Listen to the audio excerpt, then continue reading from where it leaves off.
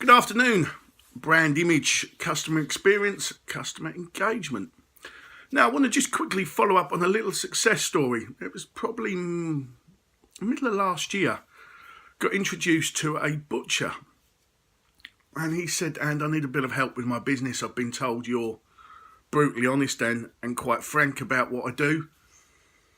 I said, yeah, no problem. Let's have a chat. So we did all the normal stuff. But anyway, let's get back to where we are now. He wanted to stay in the town, which is fine. He's got lots of loyal customers that come into town. But his problem now is, or his problem was, the council car parks keep going up. So I said to him, well, let's have a look at what other businesses do in the area. Let's have a look at what we can do. Let's have a look at what your customers want. And he said, well, surely it's about what I want. I said, no. You're in business to serve, to make money because you enjoy that. So let's ask your customers. So over the few months we were working together, we kept asking his customers when they'd come in, Mrs. Jones, Mrs. X, Mrs. Y, coming into the store, what can we do to help you? What can we do to make it better? And there was a few things that started to come back. Now, obviously we appreciate people in the high street are struggling to get passers-by because obviously the councils are taking up parking spaces.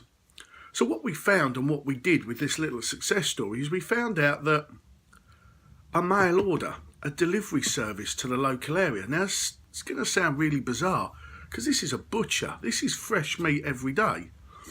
So we created him a website. We created him a Facebook page, just really for the local area. He's not into shipping meat across the country. Well, we caught up this week and he's now got a little van on the road and the van comes in and he now goes and delivers basically fresh meat. And he said, but that's moved on. And I said, well, tell me more. He said, well, we went from, end of last year, we were delivering barbecue packs out to people. People would let us know, we're having a barbecue at the end of the week. Can you do us a barbecue pack? Yeah, not a problem. Ordered it online. Bosh. And he said, we went and delivered it.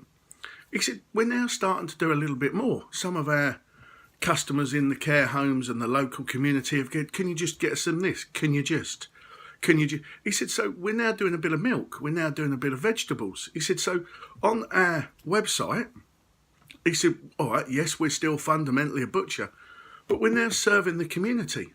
He said, that van is out. I've got to put another van on the road. What used to be just pop out maybe 1 or 2 deliveries a week is now actually getting to the point he's doing 1 or 2 deliveries a day. And he's still got his little shop and he's still got people coming in, but there's now people coming in placing orders for their barbecue stuff for the summer. And the little thing in this story is you ask your customers what they want. His customers loved going in and seeing him. They loved chatting to him, and they still do. But now they go in and they're placing orders for his stuff for the barbecue season. So instead of them having to go in to him, he's going into them. So Mrs. Jones comes in, I'm just popping through. Can I have this, and this?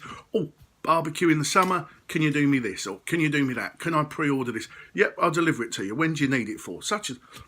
Wow.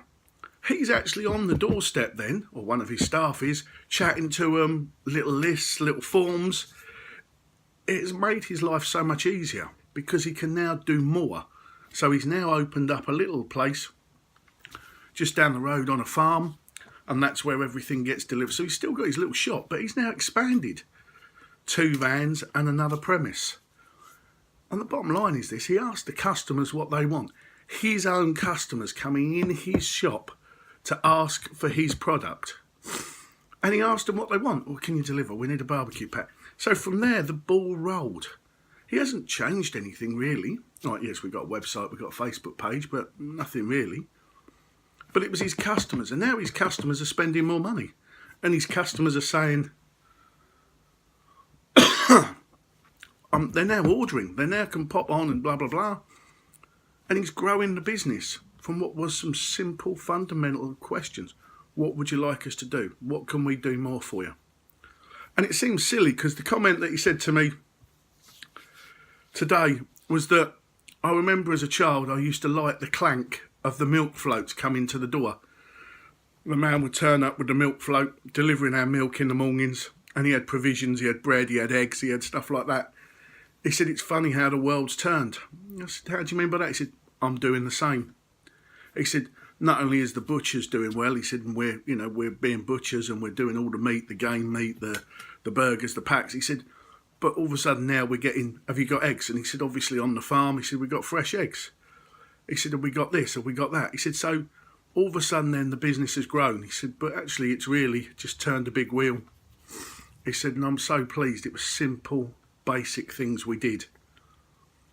Just asking the customers what they want and looking back to what you remember. People now are lazy. They want stuff delivered to them. They want this online e-commerce thing. But you've got some loyal customers and you need to ask them what they want because they are your unpaid sales force.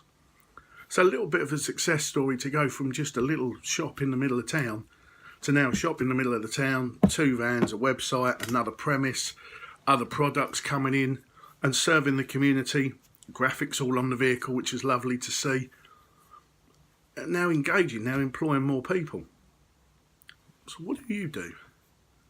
What is your little success story? And that started with a nothing. But what it did start with is an open admission that you need to do more. Anyway, let's chat soon. I'm going to finish the coffee and we're back out. Weather looks a lot better today, so hopefully we'll get out and won't have to put the big jacket on because it was a little bit too heavy. But we'll see how we go. Catch up with you soon.